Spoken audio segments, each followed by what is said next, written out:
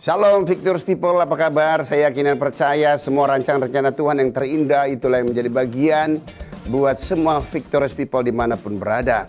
Ya, kita mengerti di tengah kondisi situasi keberadaan hari-hari ini, kita harus menyikapinya dengan kebijakan dan hikmat dari tempat yang maha tinggi. Kita percaya kita sebagai anak-anak Tuhan yang telah diperbaharui roh dan jiwa, tentu pemikiran kita penuh dengan hikmat Tuhan. Nah, untuk itu hikmat Tuhan yang terambil pada kali ini terambil dari Amsal 20 ayat 6. Di situ dikatakan banyak orang menyebut diri baik hati, tetapi orang yang setia siapakah menemukannya? Ya, banyak orang, kita bisa saja mempunyai teman yang baik hati, tetapi Alkitab berkata pergaulan yang buruk akan merusak kebiasaan yang baik. Kita harus mengerti, kita harus mempunyai hikmat dan kebijakan untuk kita bisa bersahabat, kita bisa berteman dengan siapa kita bersahabat, dengan siapa kita berteman. Tetapi lihat, bukan cuma orang teman-teman baik saja yang kita perlukan untuk bisa menjadi teman kita. Tetapi siapakah teman-teman kita yang setia dan yang bisa dipercaya? Hal ini hendaklah menjadi bagian dalam setiap kehidupan kita.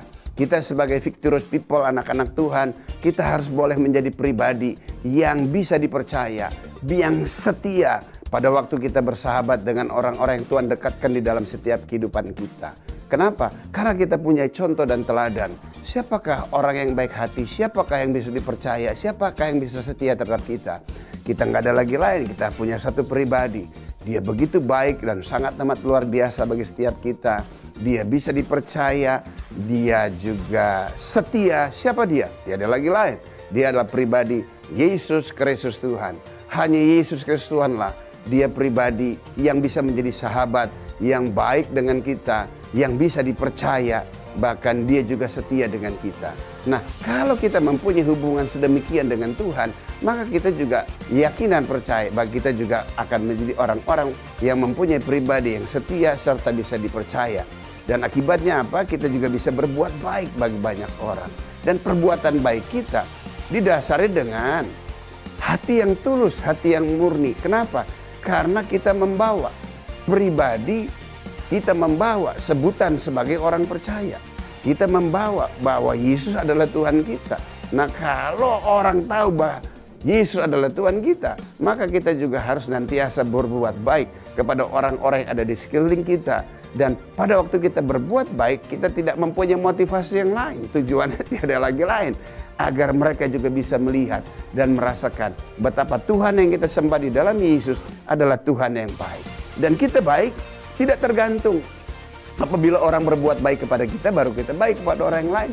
Alkitab mengajarkan kita. Kita bukan hanya berbuat baik kepada orang yang baik kepada kita, bahkan kepada orang-orang yang tidak baik terhadap kita sekalipun, kita harus juga tetap melakukan mereka dengan baik. Kenapa?